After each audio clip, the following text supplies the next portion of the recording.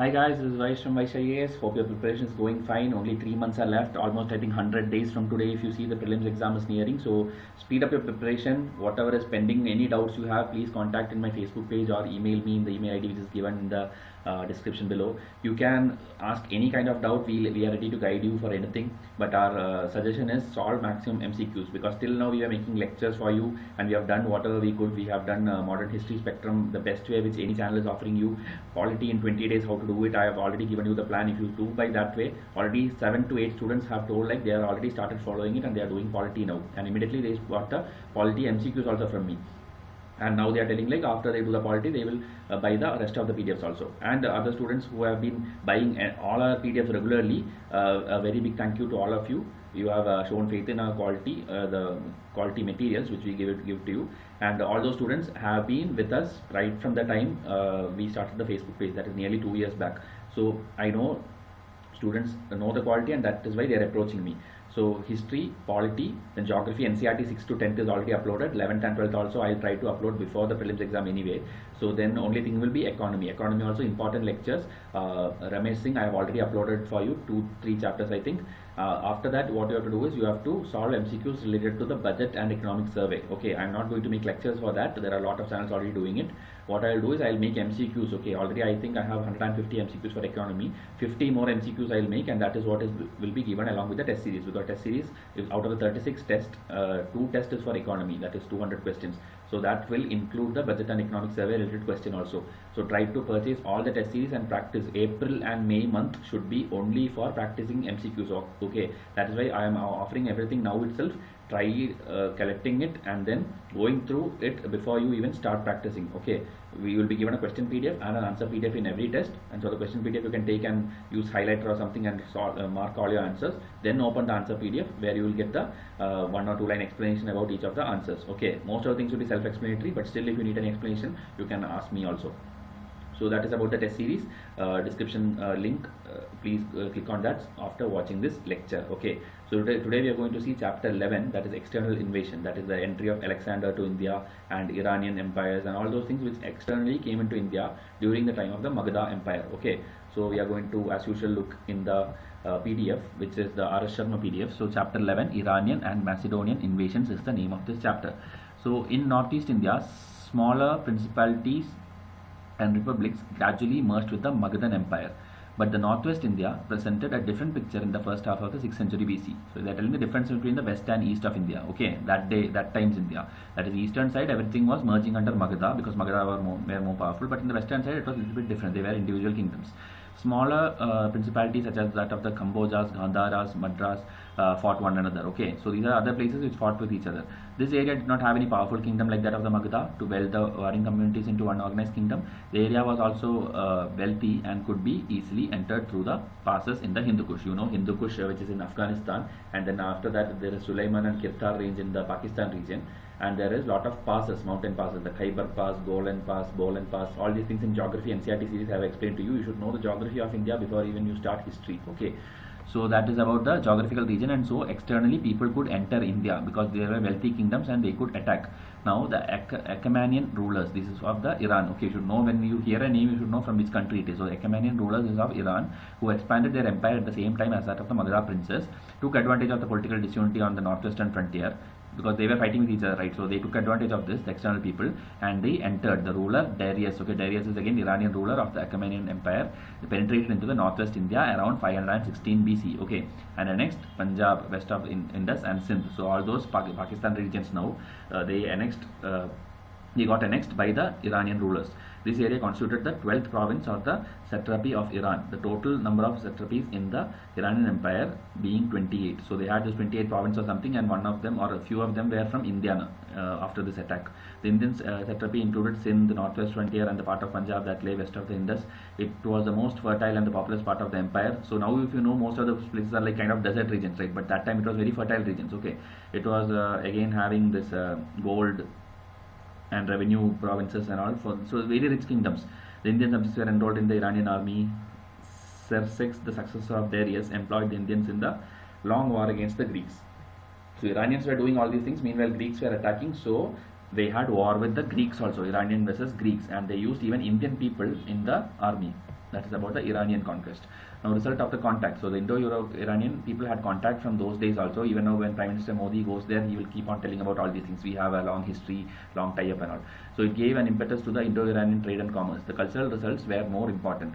The Iranian scribes brought into India a form of writing which came to be known as the Kharoshti script. Why is Kharoshti script important? Because it is written from right to left. Okay, like the Arabic, it is written from right to left. And also some of the Ashoka inscriptions. You know, Ashoka will be having a lot of inscriptions here and there across the world. He has.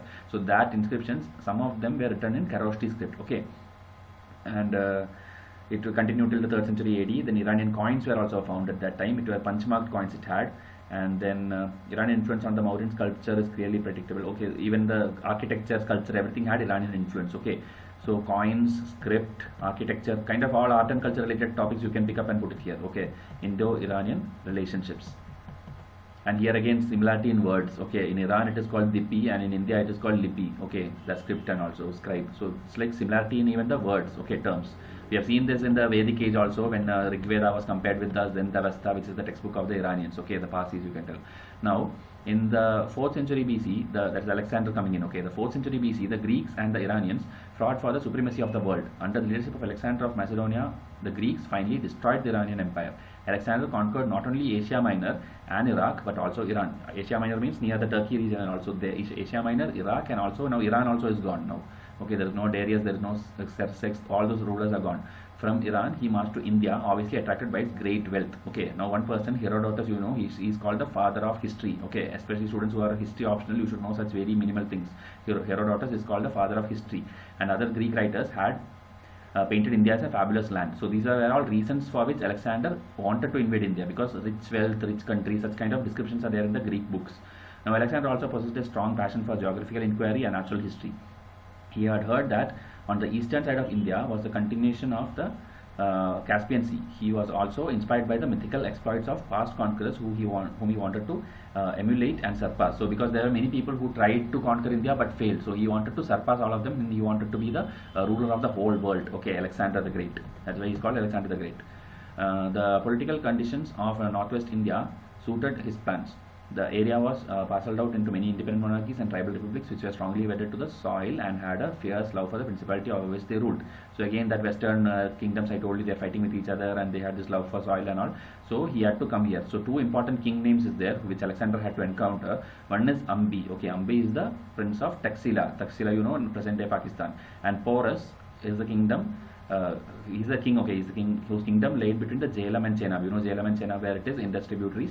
So Ambi and Porus, these were the kingdoms. But Ambi, what he did is he immediately will surrender. Okay, but Porus will give a tough fight to Alexander, and Alexander finally will win the war. Okay, he came through Khyber Pass. He will have Ambi with him, and then he will defeat Porus also. But after defeating, he will be very impressed by the bravery of this Indian prince, and so the kingdom was actually restored. Okay, the Jhelum Chenab kingdom was restored to Porus and was made an ally. Okay, Porus was made an ally of Ashoka. Sorry, not Ashoka, it is Alexander. Okay, then he advanced as far as the Beas River. You know Beas River also, Jhelum, Chenab, Ravi, Beas and Sutlej. That is the order. You should know all the tributaries where it is. Okay, he wanted to move still further eastward, but his army refused to accompany him. Okay, so he was actually a ruler who was not defeated in any war. Okay, but this time his people itself, the soldiers itself, is very tired and has got sick and got problems, disease, food items, scarcity of food, all these things, and they were not ready to fight further because they already had a very tough fight with Porus and they were totally exhausted. Okay, because they were traveling, because they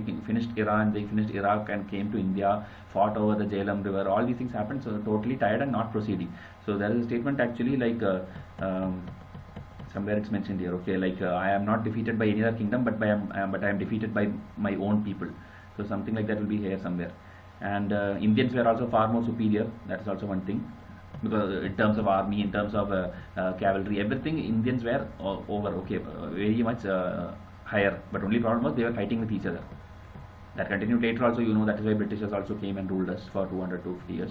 Then effects of Alexander invasion. Okay, so Alexander's invasion provided the first occasion when ancient Europe came into close contact with ancient India. It produced certain important results. The Indian campaign of Alexander was a triumphant success. He added to his empire an Indian province which was much larger than that conquered by Iran. So Iran had initially tried to conquer India, right? But that was very less. More than that, Alexander had conquered regions of India. India means not full India, but the present day Pakistan and Afghanistan they are telling. Now the most important outcome of the invasion of the establishment of direct contact between India and Greece in different fields. Alexander's campaign opened up 4 distinct routes by land and sea. It paved the way for Greek merchants. So again, trade flourished. That is what they are telling. Like India, Iran, we saw a lot of art and culture related advancement happen. Same way, India-Greek relations improved in terms of trade routes. Okay, craftsmen, trade route, merchants, all these things expanded. Although we hear of some Greeks living on the northwest even before the invasion of Alexander, the invasion led to the establishment of more Greek settlements. So around the Pakistan, Afghanistan region, there are a lot of Greek people who settled there. Okay, even now their descendants will be there. So those settlers were there, and later when the Mauryan Empire comes, that is under Chandragupta Maurya and Ashoka, even though they recaptured all those places, they did not destroy the settlements. So the Greek people survived there. Okay, Greek people continued to settle there in those regions. There is places called Alexandria near that Kabul region and all in Afghanistan. So Alexander was deeply interested in the geography of the mysterious ocean, which he saw for the first time at the mouth of the Indus. So that is what he was attracted to India, and he came. And also his friend Nearchus, some name is there. He was actually sent to explore the coastal regions also, because now we are in the Indus region, right? Alexander. Now he has sent a person to go and explore the coastal regions also. Same like what he did for the Euphrates, which is in Iraq region. So Alexander's historians has left valuable geographical accounts.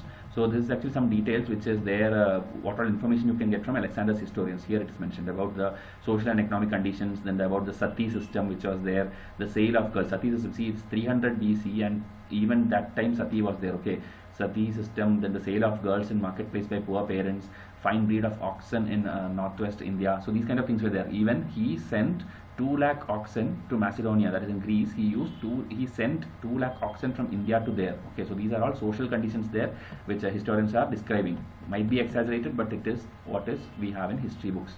By destroying the power of the petty states in northwest India, Alexander's invasion paved the way for an expansion of Mauryan Empire in that area. According to tradition, Chandragupta Maurya, who founded the Mauryan Empire, had seen something of the working of the military machine of Alexander and had acquired some knowledge which helped him to destroy the power of the Nandas. Nandas, if you remember, Nandas is one who followed Sisunagas, and Sisunagas was the one who came after Magadhas. Try to recall the previous chapter. Okay, Magadhas, last ruler was Udayin, and after Udayin Sisunagas came. After Sisunagas this Nandas came. Nandas ruler was Mahapadmananda, and after Mahapadmananda only Chandragupta will come with the help of Kautilya and destroy this Nanda dynasty. That we'll see in the next chapter. Okay, so this chapter is done. I'll show you the MCQs as usual now. Okay. So the first question is, what were the reasons which made Alexander's invasion to India easier? First statement, lack of unity among Indian rulers in the northwest. Second, Ambi the Taxila king and Porus the king near Jhelum riverside were not too strong as compared to Magadha or Kosala in the east. Third statement, Khyber Pass in the Suleiman ranges were unguarded. Okay, then he had a huge army compared to all Magadha kings of that time. So tell me whether 1, 2, 3, 4 is true or whether anything is false. Okay, choose the answer correctly.